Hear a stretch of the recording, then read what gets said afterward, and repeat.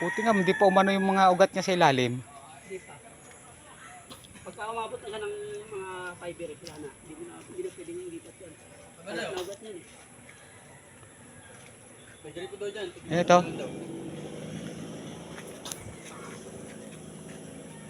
Sama na lang yung yellow bag.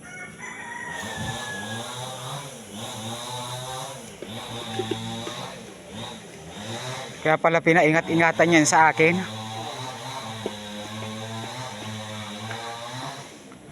Yung nabuhay yun, tatlo yata eh.